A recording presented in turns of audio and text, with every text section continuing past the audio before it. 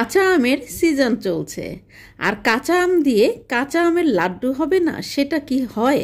আমার প্রিয় ভিউয়ার্স, আসসালামু আলাইকুম। কেমন আছেন আপনারা সবাই? আশা করি মহান আল্লাহ তাআলার রহমতে আপনারা সবাই ভালো আছেন। আলহামদুলিল্লাহ, আমিও ভালো আছি।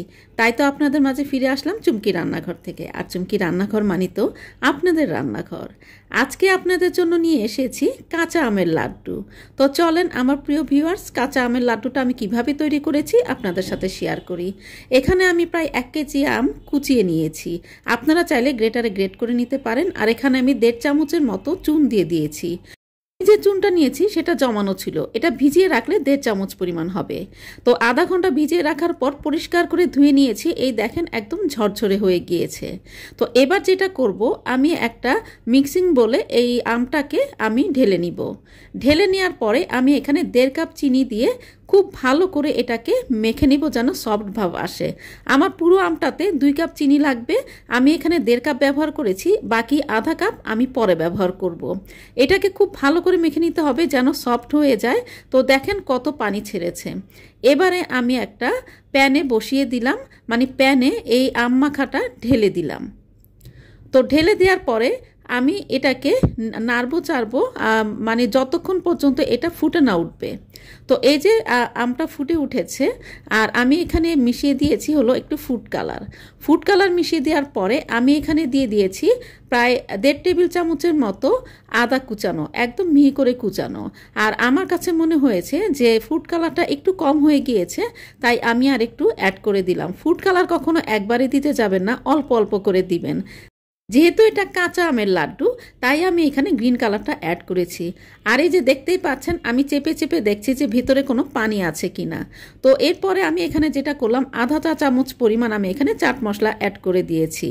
একদমই খুবই কম, 1 কেজির মধ্যে আমি আধা চা চামচ অ্যাড করেছি, কারণ আমি এখানে আদা আর যে আম সেই ফ্লেভারটাই হাইলাইট করতে চাচ্ছি।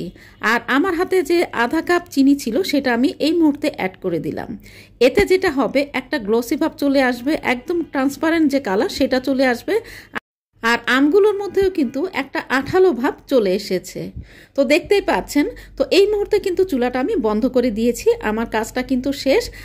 আর চিনিটা পরে অ্যাড করাতে এটা এতটা গ্লোসি হয়েছে যে দেখলেই খেতে ইচ্ছে করছে, আর একটা কচকচে ভাব চলে এসেছে। তো এখন যখন এটা একটু কুসুম গরম আছে, তখন আমি মাঝখান দিয়ে একটা হোল করে দিলাম, মানে একটা জায়গা নিয়ে নিলাম। তো এখানে আমি যেহেতু এটা টক ঝাল মিষ্টি লাড্ডু, সেহেতু আমি মনের মাধুরী মিশিয়ে আমি কতটুকু ঝাল খাবো চিলি ফ্লেক্স দিয়ে দিচ্ছি। আপনারা হয়তো বলতে পারেন যে চিলি ফ্লেক্সটা এখন কেন দিচ্ছি। আমি আমটা যখন সেদ্ধ হচ্ছিল তখন যদি আমি চিলি ফ্লেক্সটা অ্যাড করতাম, তাহলে চিলি ফ্লেক্সটা সেদ্ধ হয়ে গ্রিন কালারের সাথে মিশে কালারটা নষ্ট হয়ে যেত।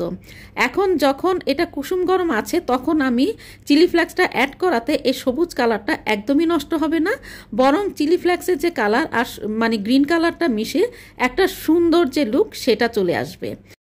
এবারে আমি যেটা করব, খুব ভালো করে নেড়েচেড়ে নিয়েছি আর লাড্ডু তৈরির কাজ কিন্তু শুরু করে দিয়েছি। দেখেন কত সহজে লাড্ডুগুলো তৈরি করা হয়ে যাচ্ছে। আর এটা দেখতে একেবারেই কিন্তু মানে অনেক বেশি ট্রান্সপারেন্ট আর একটা গ্লেজি ভাব চলে এসেছে। তো আশা করি আপনারা এবার মনে হচ্ছে যে আচার বানানোর আগে এই লাড্ডুটা অবশ্যই বাসায় ট্রাই করবেন। আমার মনের মাধুরী মিশিয়ে আপনাদের জন্য আমের লাড্ডু তৈরি করেছি। আর আমি বাসা যখন যে রেসিপি তৈরি করি, যেটা আমার ভালো লাগে শুধুমাত্র সেটাই আপনাদের সাথে শেয়ার করি। আপনারা হয়তো এখন বলছেন যে আমের লাড্ডু তো তৈরি হলো, এটার ভেতরটা তো দেখাচ্ছে না।